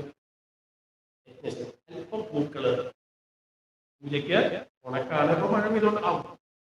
കുറച്ച് പൂക്കളോ പൂജയ്ക്ക് ആവശ്യമായ ആദ്യമായതാണ് ഞാൻ പറഞ്ഞത്. ഞാൻ അങ്ങനെയൊന്നും അധികമൊന്നും പറയില്ല. ആദ്യമായിട്ട് നടത്തുമ്പോൾ പറയുക എന്നുള്ളത് എന്റെ ധർമ്മമാണ്, കടമയാണ്. പൂക്കള്, നിരവധി സാധനങ്ങൾ ഇവിടുത്തെ പൂജാദ്രവ്യങ്ങളായിട്ട് വേണം. നിങ്ങൾക്കറിയാം, ക്ഷേത്രത്തിൽ കൊടുക്കുന്ന എല്ലാ പഴവർഗ്ഗങ്ങൾ ഭഗവാന് നിവേദിക്കാൻ ഏതാ ഞാനിപ്പൂവനോ കദളിപ്പഴമാണ് ഏറ്റവും ശ്രേഷ്ഠം. തേന്, മുന്തിരി, പിന്നെ വിലക്കുറവ് ഏതിനാണ്? പാളയംകോടനം. ദൈവം ഇത് കൊണ്ടുവരണം. നാളെ എന്ത് ചെയ്താൽ മതി? ഉപ്പുമാവ് വീട്ടിലുണ്ടാക്കിയിട്ട് കഴിച്ചാൽ മതി. കാരണം എന്താ? പാളയംകോടനം എന്തിനും ഉപയോഗിക്കില്ല, പൂജയ്ക്ക് വയ്ക്കില്ല. അതുകൊണ്ടാണ്. പിന്നെ വന്ന ആചാര്യന്മാർ കഴിക്കാനാണ് കൊണ്ടുവച്ചു. എതിർപ്പ്. പക്ഷെ പറഞ്ഞത് അങ്ങനെയുള്ള കഴിയുന്നത് സ്വല്പം അപ്യസ്യ ധർമ്മസ്യ ത്രായതേ മഹതോഭയ. അല്പമാണെങ്കിൽ പോലും അത് നമ്മൾ ചെയ്താൽ വലിയ ദുഃഖത്തിൽ നിന്നും നമ്മളെ. അതുകൊണ്ട് ആ കാര്യങ്ങള്, അതേപോലെ തന്നെ സഹസ്രനാമം നടക്കുമ്പോൾ ഈ വേദിയിൽ തന്നെ അർച്ചന നടക്കും. പ്രത്യേകിച്ച് പറയാം, ഒരുപാട് സപ്താഹവേദികളിൽ ഭഗവാന്റെ ഒരു വിഗ്രഹം വെച്ച്, മൂലവിഗ്രഹം വെച്ചായിരിക്കും പൂജ. ഇവിടെ അങ്ങനല്ല, സാളഗ്രാമം വെച്ചാണ്. സാളഗ്രാമത്തിന്റെ പ്രത്യേകത എന്താണെന്ന് ചോദിച്ചാൽ, അമ്പലത്തിലെ വിഗ്രഹമാണെങ്കിൽ പോലും പുനഃപ്രതിഷ്ഠ നടക്കണം, വിഗ്രഹത്തിന് കുഴപ്പമുണ്ടായി, അന്നേരം എന്ത് ചെയ്യും? വിഗ്രഹത്തിൽ നിന്നും ചൈതന്യത്തെ ആവാഹിച്ച് ബാലാലയത്തിൽ കൊണ്ട് ഇരുത്തും. പിന്നെ അവിടെ കാര്യം സാളഗ്രാമത്തിലെ ചൈതന്യത്തിനെ ആവാഹിക്കാനും പറ്റില്ല, ഉദ്വസിക്കാനും പറ്റില്ല. എപ്പോഴും ആരുടെ ചൈതന്യം അതിലുണ്ട്, ആവാഹനം ഉദ്വാസമില്ല. അതുകൊണ്ടാണ് നമ്മുടെ വീടുകളിൽ ഏത് വെക്കരുതെന്നും പറയുന്നത്. പരിശുദ്ധിയുള്ളതാണ്. ആ സാളഗ്രാമം വെച്ചാണ് ഇവിടെ പൂജ കഴിക്കുന്നത്. അതിൽ നടത്തുന്ന പൂജയ്ക്കും അർച്ചനയ്ക്കും കൂടുതൽ പ്രാധാന്യമുണ്ട്. ഞാൻ പറഞ്ഞത്, സഹസ്രനാമം പൂർണ്ണമായിട്ടും ജപിച്ച് ചൊല്ലുന്ന ഏക സ്ഥലം ഞങ്ങൾ നടക്കുന്ന വേദികൾ. അവരമ്പലത്തിൽ, കൃഷ്ണന്റെ അമ്പലത്തിൽ പോയി നമ്മൾ സഹസ്രനാമാർച്ചന പറഞ്ഞാൽ അവർ 3 or 4 വരി അവരെ കൊണ്ട് ചൊല്ലാൻ. പക്ഷെ ഇവിടെ അങ്ങനല്ല, അത് പൂർണ്ണമായിട്ടും ജപിക്കും. 6:30 തൊട്ട് 7 മണിക്ക് മുമ്പ് വരെയുള്ള സമയം വരെ. ആ സമയത്ത് ഏത് അർച്ചന നടത്തും? താല്പര്യമുണ്ട്. സർവ്വ ദുരിതങ്ങൾക്കും എന്നാണ് ഏറ്റവും ശ്രേയസ്കരമായിരിക്കുന്നതാണ്. ബാക്കിയുള്ള ഓരോ അർച്ചനകളുണ്ട്, ഓരോ സമയത്തല്ല. ഞാൻ നാളെ മുതൽ ഇനി അധികം ദീർഘിപ്പിക്കുന്നില്ല, സമയം പോയതുകൊണ്ട്. അപ്പോൾ ആ തരത്തില് എല്ലാവരും നാളെ മുതൽ, ഞാൻ പറഞ്ഞല്ലോ, ഇത് നിങ്ങൾക്ക് കേട്ടിട്ട് മനസ്സിലാകുന്നില്ലെങ്കിൽ പോലും നിങ്ങൾ ഗൗനിക്കരുത്. ഇവിടെ വായിക്കുന്ന മുഴുവൻ മന്ത്രങ്ങളാണ്. കാരണം ഭാഗവതം പറയും, സപ്താഹം നടന്നു കഴിഞ്ഞാൽ 1 ദിവസം അല്ല 2 ദിവസം കൊണ്ട് അല്ലെങ്കിൽ 7 ദിവസങ്ങളിലായിട്ട് ഇതിലെ ഓരോ മന്ത്രങ്ങളും പാലുകൊണ്ട് ഹോമിക്കണമെന്ന്. അപ്പൊ ഹോമിക്കണം എന്നുണ്ടെങ്കിൽ ഇത് മന്ത്രമായിട്ട് എടുത്തിട്ടല്ലേ, ഇത് മന്ത്രസദൃശ്യമാണ്. ആ മന്ത്രം കേട്ടാൽ പോലും എന്താണ്? പഠന ശ്രവണമാണെങ്കിൽ കൂടെ മതി, ഇടയ്ക്കിടയ്ക്ക് കേട്ടാൽ മതി. കേൾക്കുന്നത് പോലും മൂലം ഭാഗവതത്തിന്റെ പ്രത്യേകത അതാണ്. അതാണ് മുമ്പേ പറഞ്ഞത്, മൂലം കേൾക്കാൻ കഴിയുന്നത് തന്നെ ജീവിതത്തിൽ ചെയ്യുന്ന അങ്ങേയറ്റം. പിന്നെ വായിക്കുന്ന കാര്യം അതിലേറെ, ഇതിൽ പൂർണ്ണമായിട്ട് സംബന്ധിക്കുക എന്നുള്ളത്, ഇതൊക്കെ ഇപ്പോഴത്തെ ഗുണഗണങ്ങളല്ല. പണ്ടെപ്പോഴോ നമ്മൾ ചെയ്ത സത്കർമ്മത്തിന്റെ ഫലമായിട്ട് ഇവിടെ ഒരു വര വരച്ചതിന്റെ കിട്ടിയ സന്ദർഭം ഇന്നോ ഏതായാലും എല്ലാ കാര്യത്തിലും ഓടുകയില്ലേ. കുറച്ച് സമയം ഇവിടെയും വന്നിരിക്കുക. എനിക്ക് വേണ്ടിയിട്ടല്ല, ഭർത്താവിന് വേണ്ടിയിട്ടല്ല, മക്കൾക്ക് വേണ്ടിയിട്ടല്ല, പിന്നെ ആർക്ക് വേണ്ടിയിട്ടാ? അത് ഓർത്തോണം, നമുക്ക് വേണ്ടിയില്ല. കാരണം നമ്മൾ ആർക്കൊക്കെ വേണ്ടിയിട്ടാണോ ഇത് വേണ്ട എന്ന് വെക്കുന്നത്, അവരാരും അവസാനം നമ്മുടെ കൂടെ വരുമോ? ഭാഗവതം കേൾക്കാതിരുന്ന ഭാര്യയുണ്ട്, ഭർത്താവുണ്ട്, മക്കൾ അവിടെ ഉണ്ട്, എനിക്ക് വരാൻ ആട്ടെ, നമ്മൾ പോകുമ്പോ ഇവരാരും കൂട്ടത്തിൽ വരുമോ? ശരീരങ്ങളത്രം സുഖം ബന്ധുവർഗം വയസ്യം ധനം സത്മഭൃത്യം ഭുവൻസ സമസ്തം പരിത്യജ്യ കഷ്ടമേകോ ഗമിഷ്യാമി ദുഃഖേന ദൂരങ്കിലാകം. നാളെ രാവിലെ വന്നാൽ ഇവിടെ ചൊല്ലും കേൾക്കാം വിഷ്ണു ഭുജംഗസ്തോത്രം. ഇത് 10 തവണ കേട്ട് കഴിയുമ്പോ പിന്നെ ഭാര്യയും വേണ്ട, മക്കളും വേണ്ട, വീടും വേണ്ട, ഒന്നും വേണ്ട, ഭാഗവതം മതിയെന്ന് പറഞ്ഞാൽ ഈ നോട്ടീസ് തീർന്നു കഴിഞ്ഞാൽ അടുത്ത നോട്ടീസ് വാങ്ങിച്ച് നടക്കും. ഏതായാലും ഇങ്ങനെ ഒരു 7 ദിവസം ഒന്ന് നോക്കുക ആദ്യമല്ലേ. അതിലൂടെ അടുത്തുള്ള അമ്പലങ്ങളിലൊക്കെ പോയിട്ടുണ്ടാവുക, പരിചയമുണ്ടാവും. എങ്കിലും കഴിയുന്നിടത്തോളം സമയങ്ങളിൽ ഇവിടെ പറഞ്ഞതുപോലെ എല്ലാ കാര്യങ്ങളിലും ഓരോരോ ദിവസങ്ങൾ നടക്കുന്നതിലെ പ്രധാന കാര്യങ്ങൾ അന്നേരം സൂചിപ്പിക്കും. പിന്നെ ഒരു യജ്ഞമാണ്. യജ്ഞം നടക്കണമെങ്കിൽ കൂട്ടായ എല്ലാവരുടെയും എന്താണ് മനസ്സും ശരീരവും ബാക്കിയുള്ള സമർപ്പണങ്ങളും ഉണ്ടെങ്കിലേ ഞാൻ പൂർണ്ണമാവുകയുള്ളൂ. ഇവിടെ എല്ലാവരും അവരവരുടെ ശക്തിക്കൊത്തവണ്ണം എല്ലാ തരത്തിലും അന്നദാനം നടക്കുന്നു. അന്നദാനത്തിന് ആവശ്യമായത് മറ്റു സാധനങ്ങൾക്ക് നിങ്ങൾക്കറിയാം. അതുകൊണ്ട് അവരവരാൽ പിന്നെ ചില ആളുകൾ കൊണ്ടിരിക്കും 7-ാം ദിവസം ഉച്ചയ്ക്ക് അന്നദാനത്തിനുള്ള അരി 3 പടവലങ്ങായ എല്ലാ പ്രയോജനവും അപ്പൊ കൊണ്ടുവരികയാണെങ്കിൽ ഒരു 4-5 ദിവസങ്ങൾക്കുള്ളിൽ ഇത് കൊണ്ടുവന്ന് ഈ കഴിഞ്ഞ മാസം പോയി കരുനാഗപ്പള്ളി വലിയൊരു എന്താ വെച്ചിരിക്കുന്ന ചെമ്പ, ബിരിയാണി പോലത്തെ ചെമ്പ. നമ്മുടെ ഇവിടെ കോട്ടയത്ത് കോതമംഗലത്ത് ഒരു ചെറിയ ചെരുവം വെച്ചിട്ട് 7-ാം പൊക്കം അതെടുത്തോണ്ട് ഇത് നിറഞ്ഞാലല്ലേ എടുത്തോണ്ട് പോകാൻ പറ്റൂ. അവിടെ കരുനാഗപ്പള്ളി കണ്ടത് അങ്ങനെയല്ല, 2 മണിക്കൂർ ഇടവിട്ട് തീരുകൊണ്ടിരിക്കുക. കാണേണ്ടതാണ്. അവിടുത്തെ ആ സർക്കാർ കരുനാഗപ്പള്ളി മാലിമേൽ അമ്പലം, മാലിമേൽ ദേവീക്ഷേത്രം, അവിടെ പരിപാടി കഴിഞ്ഞിങ്ങോട്ട് ഇറങ്ങിയപ്പോ ഞങ്ങൾ അരിയൊക്കെ ഒത്തിരി വന്നു. സാറ് വരാൻ പറഞ്ഞു. എന്നെ വിളിച്ചോണ്ട് കൊണ്ട് ഒരു മുറിയിലോട്ട് കാണിച്ചപ്പോ 150 ചാക്ക് അരി. ഇവിടുത്തെ പോലൊന്നും അല്ല, ഒരു ദിവസം വെക്കുന്നത് എത്ര ചാക്ക് അരിയാന്നറിയാം. കേട്ടാ നിങ്ങളാരും വിശദീ 80-90 ചാക്ക് അരിയ ഒരു ദിവസം വെച്ച് വേണം. ഇവിടെ ഉത്സവമാണ്. കൊല്ലശ്ശേരി ചെന്നാൽ ഉത്സവമാണ്. കേൾക്കാൻ കുറെ ആളുകളും അതിനായിട്ട് മാത്രം അങ്ങനെ ഇവിടെ അങ്ങനെ ആയിരിക്കും എനിക്ക് തോന്നില്ല. കേട്ടിട്ട് പ്രസാദത്തിൽ നേരെ അതിലെ വന്ന് കേറല്ലേ, അത് മോശം. അതുകൊണ്ട് എന്ത് ചെയ്യണം, 10 മിനിറ്റ് ഇവിടെ ഇരുന്നിട്ട് എന്നാലേ അത് എന്താവുള്ളൂ, പ്രസാദാവും. അല്ലെങ്കിലോ കൂടായി. അതുകൊണ്ട് അങ്ങനെ ഉണ്ടാവരുത്. ഒന്ന് വന്ന് ഞാൻ ഇത് കേൾക്കണമെന്നില്ല, ഒന്ന് വന്ന് ഭഗവാനികൾക്ക് നമസ്കരിച്ച് എന്തെങ്കിലും ഒന്ന് ഞാൻ ഉദ്ദേശിച്ചത്. അത് എല്ലാവരും അതിനകത്ത് പങ്കെടുക്കണം, വേണ്ടതാണ്. അതാണ് ഇമ്പോർട്ടന്റ്. ഇതിനേക്കാൾ ശക്തമായ ഒരു ദാനം വേറെ ഞാൻ പറഞ്ഞത്. നമ്മള് ഇതിലാണ് ധാന്യം അല്പം മതിയുള്ളൂ, മതി. ആ തരത്തിൽ ആദ്യമായിട്ടാണ് ഞാൻ ഇതൊക്കെ പറഞ്ഞത്. ഞാൻ പറയില്ല. അത് പരുമല നിങ്ങൾ കേട്ടിട്ടുണ്ടാവും.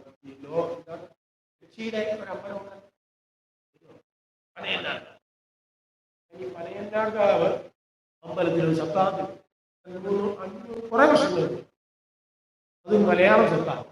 ഞാൻ 12:30 വരെ ഇത് പറഞ്ഞിട്ട് അമ്പലത്തിന്റെ തൊട്ടടുത്തുള്ള ഒരു വീട്ടിലേക്കാണ് റെസ്റ്റ് ചെയ്യാനായിട്ട് പോവുക. കഴിക്കുന്നതോടെ അവര് അപ്പൊ ഈ കിളിപ്പാട്ട് കുറിച്ച് കീർത്തനം ചൊല്ലിയാണ് അവര് കീർത്തനം തുടങ്ങിയപ്പോ ഞാൻ വെറുതെ എന്ത് ചെയ്തു, ഇവിടുന്ന് അങ്ങോട്ട് ഇറങ്ങി നേരെ എങ്ങോട്ട് പോവുക, താമസ സ്ഥലത്തേക്ക്.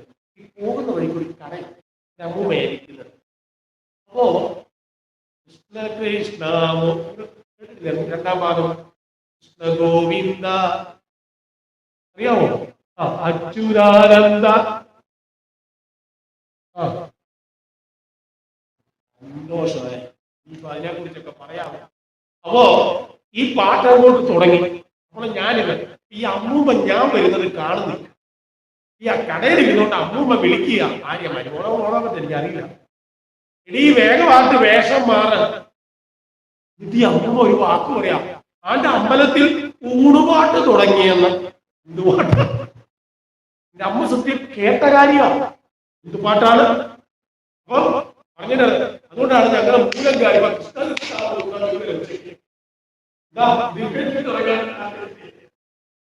നമ്മുടെ കൃഷ്ണ തുടങ്ങിയാൽ അപ്പൊ എന്തെടുക്കണം, ആയിരിക്കണം.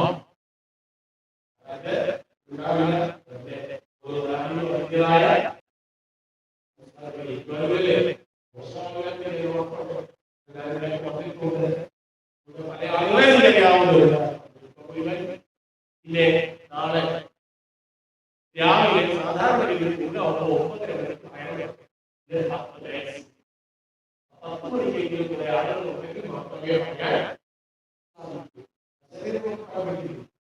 എത്ര മണിക്കൂർ കളറിയിരിക്കുന്നു മതി. പക്ഷെ ആര് വേണം?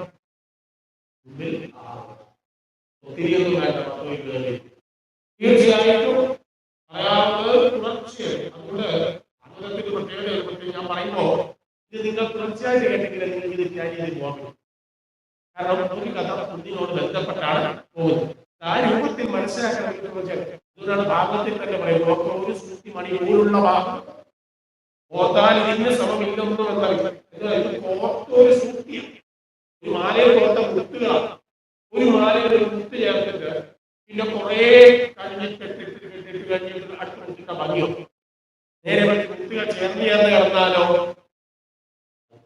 അതുകൊണ്ട് ഒരു കഥ കേട്ടാൽ ഇങ്ങനെ കേൾക്കണമെന്ന് സ്ഥിരമായിട്ട് വന്ന് ഏതായാലും അങ്ങനെ വരാൻ എല്ലാവരും ശ്രമിക്കണം. അതുപോലെ എല്ലാ കാര്യങ്ങളും പൂർണ്ണമായ മനസ്സോടെ അദ്ദേഹത്തെ സത്താകുമാണ് തിരുമേനി അവസാനം പറയുന്നത് നടത്തില്ല എന്ന് പറയാൻ സാഹചര്യം ഇനിയും ഞങ്ങൾ ഇവിടെ എല്ലാ അർത്ഥത്തിലും കാരണം ഇത് സത്യമാണല്ല ആളുകളുടെ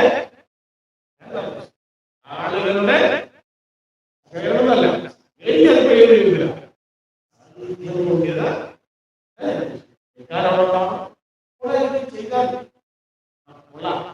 ആളുകളെ കാരണം എന്റെ അനുഭവം സത്സംഗം നടക്കുന്ന ക്ഷേത്രങ്ങളിലെ അല്ലെങ്കിൽ ആ ഒരു എന്താ പറയുക സംസ്കാരത്തിലേക്ക് നമ്മള് വരണം. അതുകൊണ്ട് പോകുന്ന വെക്കേഷനാണ് വലിയ നേരത്തെ ഒന്നും പറയുന്നില്ല. അതുകൊണ്ട്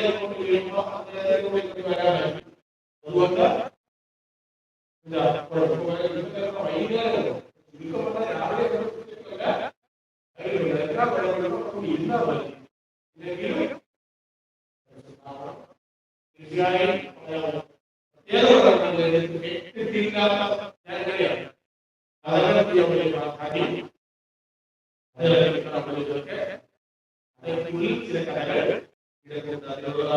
പ്രസിദ്ധമായ ഉപദേശം ഉപദേശങ്ങൾ അങ്ങനെയുള്ള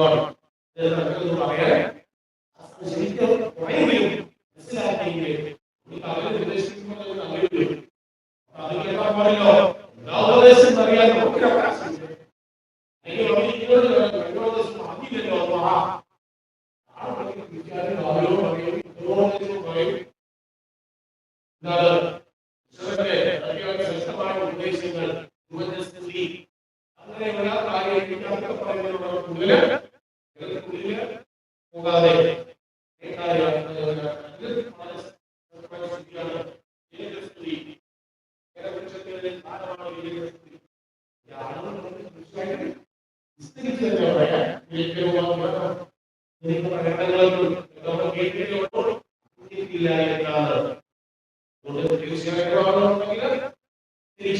പോകാൻ ശ്രമിക്കും. എല്ലാവരും വ്യക്തിമായി